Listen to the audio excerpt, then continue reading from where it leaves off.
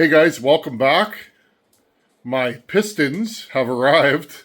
They were a week out and then boom, there they were. So I got my new pistons for my 98-inch twin cam that I'm freshening up.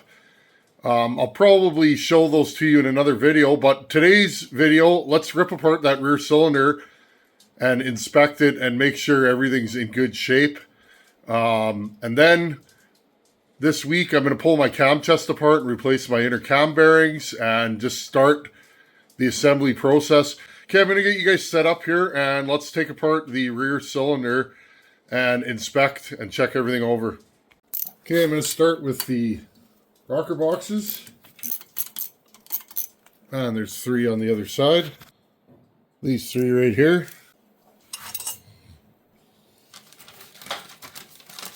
The right side bolts are longer than the left. Okay, we'll just slide that out. These just hold tension on the push rod tubes. If you watched the last video on the front cylinder, I didn't do that. Pressure. Breather out. Again, these are hard as a rock and deteriorated. That's probably part of the reason why I was getting so much oil. Rocker arm assembly here. Okay, and you can slowly loosen these. I'll go and do the other side. Okay. That came right out.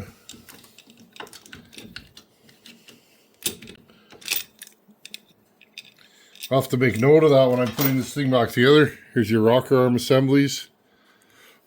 Okay, there's an O-ring on the bottom there.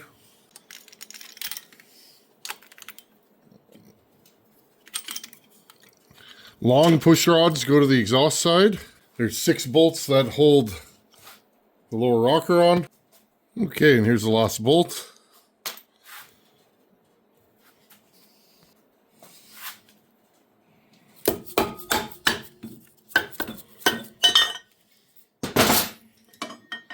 And I think before I take this cylinder off, I'm going to take both the rocker box or the tappet covers off. You definitely need ball heads to work on a Harley. My buddy bought these for me a bazillion years ago, and I've had them since. Taken many bikes apart. You don't really need a ton of specialty tools to work on a Harley, but you do need some. I like these bikes just because they have soul. Same reason why I like driving my 96 7.3 Power Stroke. Is it better than modern trucks? Probably not. It's slower, it's rattlier, it's louder, but it's got soul. And when I drive that truck, I enjoy it. It makes me feel good, so that's why. I'll never get into an argument and say what I do is better than what you do, because, well, that's not true. Some people have no tolerance for wrenching, and I'm okay with that. Okay, I'll just give this a little tap. I had this off last summer, and we can see this gasket looks to be fairly dry. So I'm going to leave it at that. These actually aren't the tappet blocks like on an Evo. The tappets are actually molded into this engine. That's one drawback to the twin cam versus the Evo. The Evo, if your tappet blocks get loose, they're this. You can just get a new tappet block, put it in new lifters, and away you go. All a Harley engine is a small block Chevy with 6 cylinders cut off. It's basically identical. Okay, now there's 4 bolts. I'm gonna pull this off. 1, 2, 3, 4. Problem is with these is they have like a shoulder on them, so if you get any corrosion in there, the shoulder grabs. Okay, we'll just undo all 4 of these, so I'll go to the other side. Here's the other side. You can see like there's corrosion on the shoulders right here. Okay, this always bothered me. These are rusty. We'll clean those up. Put a coating of paint on them maybe. And Okay, long ones to the inside, short ones to the outside, and you can see there's some corrosion. Okay, cylinder is loose already. Tap the head out. I'll just back you guys up here. Tap the head out. Head gasket is giving us trouble here. Head gasket is stuck, so I'm just gonna put a small flat blade into there. See if we can. There we go.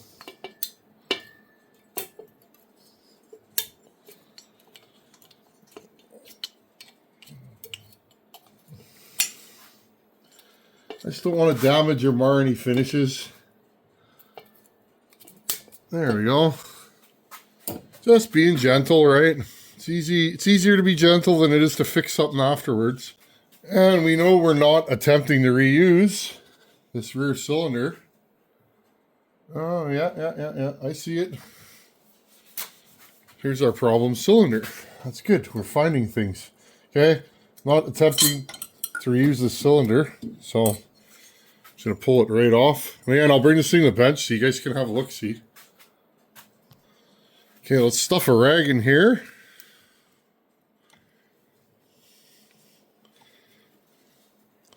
Okay, I'm going to take this rag out. I'm going to turn the rear tire. Remember, this bike's in 6th gear. There we go. Put her atop that center. Now, this is so that when we fling this circlip, we don't damage it. Put my pick in there.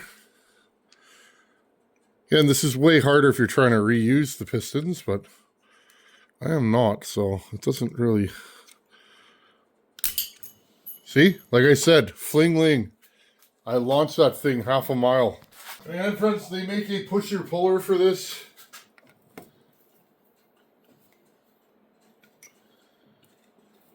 I don't have one. Just hold the piston in between your fingers. Get a socket that's about the right size and just hammer it through.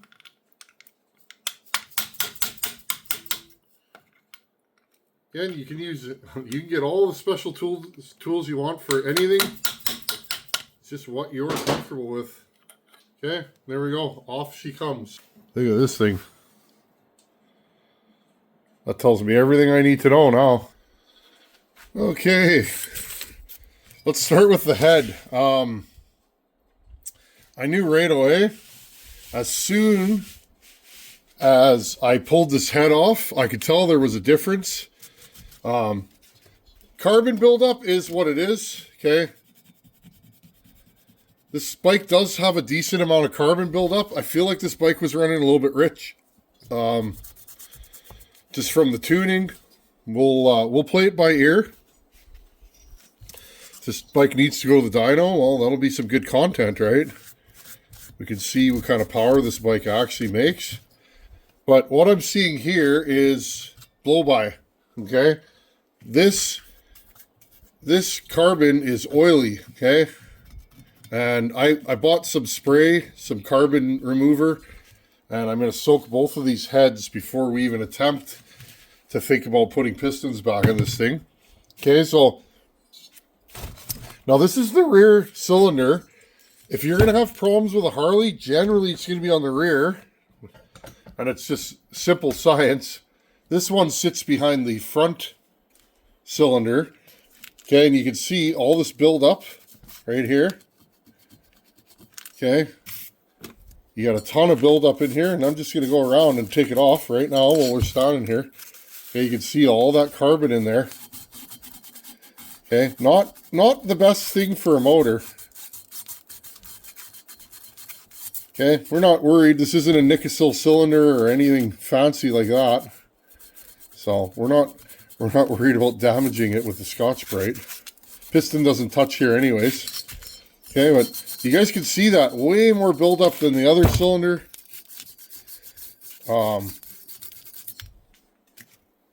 We got a couple of small scores in here.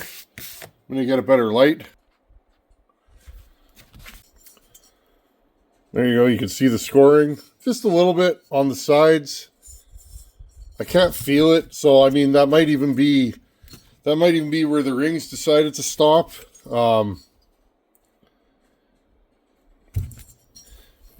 Okay, and if you look at the cylinder, it sits like this. So this is the exhaust side. This is the intake side. Intake side has some light scoring going on. You can see it's starting to wear a little bit. Okay, now this piston tells me everything I need to know. Okay, it's oily, it's dirty, and we're definitely getting blow by in here. Now, this is way cleaner than this. So the question is, what is causing that? Well, you can see here, friends, there's signs of oil in between the rings. Okay, so this is your oil control ring. There's the gap in it right there, and that lines up where that scratch was. Okay, this is your oil control ring. And like I said in the last video, these are extra thin on this iteration of these Wiseco pistons. And apparently these wore out very quickly, and they actually had a lot of problems with blow-by on these pistons. So I'm not looking too much farther into it. I have a bad set of Wiseco pistons. You can see the other piston was way cleaner than this. This is what I was hoping for. But you can see, friends, there's all kinds of signs. And I'll grab the other piston. Okay, now, I've cleaned the top of this, but I haven't touched the sides. I just wiped them down. You can see, even if I give this a wipe, okay, it's not going to look like this. Definitely a lot of blow-by. I'm going to say I found my oil usage problem. The felt on the crankcase breather on the rear cylinder was really deteriorated, so that's part of the problem. Okay, so, but we definitely, this is the intake side, and this is the exhaust side, friends, sorry. Okay, we definitely have some issues. I don't know, what am I doing here? See, these pistons aren't marked, friends, at all. This one's the same as the other one. It has no maker's mark of any kind on it. Okay. So this side, this is the intake side, and this is the exhaust side. So we definitely have some blow-by here. Remember, this engine's been sitting for a month, so if there was oil here, it could run down and puddle into there. So I'm not going to look too far into that. Valve guides and all that, I'm not worried about. This bike does not smoke when it's running, friends, at all. So, just for fun, let's take this cylinder. I'm going to zoom it back. You got to turn the light off here, friends. Let's take this cylinder. We'll push this top ring into here. This bike never blew my mind with how much compression it had. You know what I mean? Like, you put compression releases in a Harley build. Generally, it's because you need them. Most people aren't going to spring for them. Let's see what our ring gap is. Okay, and this should be 4 thousandths, roughly 4 to 4.5 thousandths per inch of bore. We'll guesstimate this at a 4-inch bore. It's just under, right? It's 3.937. So let's grab a feeler gauge, 24. Let's grab a 16 thousandths feeler gauge, because that should be where we're at. Okay, 16 thousandths would be where these would be set at. No problem. Okay, I'm just doing this for my own notes. Doesn't mean that that's why. The front cylinder, friends, the top ring, yeah, there's 17 thousandths. Okay, let's just go right to 20 thousandths. 20,000s. Okay. That's really loose. Let's go to 24,000s. That's the biggest feeler gauge I have. Okay, friends, 24,000s. So I'm going to say these rings are at 30 thousandths of gap. Okay. Double what they should be. That tells me right there, like, these rings are worn out, friends. Why this thing needs rings, I don't know. The guy was adamant about the mileage. He said this motor has 65,000 kilometers on it. I put 5 to 10,000. So we'll say it's at 75,000 kilometers. That's like 50,000 miles. I mean, friends, that's not light mileage for a built Harley. You're definitely going to have to go into your bike more often, depending on how you ride it. Now, friends, I've been riding this bike pretty gentle, pretty sane. It's fast, but I haven't been flogging on it because I don't really want to be fixing it during the summer. I just want to ride it. I do hammer down now and again, but again, friends, I've been gentle to this bike, but I haven't put the majority of the miles on it. So, but yeah, top ring worn. Hence I always found this bike starts, it runs fine, but I always found it didn't have a ton of compression. It didn't blow my mind. You could start this thing with the compression releases. Okay. With the compression releases, not pushed down, and it will start just fine. So again, I'm not I was never mind blown with the compression of this build, but it's old, it's tired probably. Okay, so top ring's like 30,000, so I'm not even going to stack shims. So what happens with that is when the piston goes up, you end up getting compression past the ring here. And then also, if that one's worn, I'm sure this one, well, we might as well, let's take the second one off here. Just because, okay, the second one is substantially bigger. I'm just gonna wipe it off here, okay? The second ring is kind of like an oil scraper, okay? And this ring here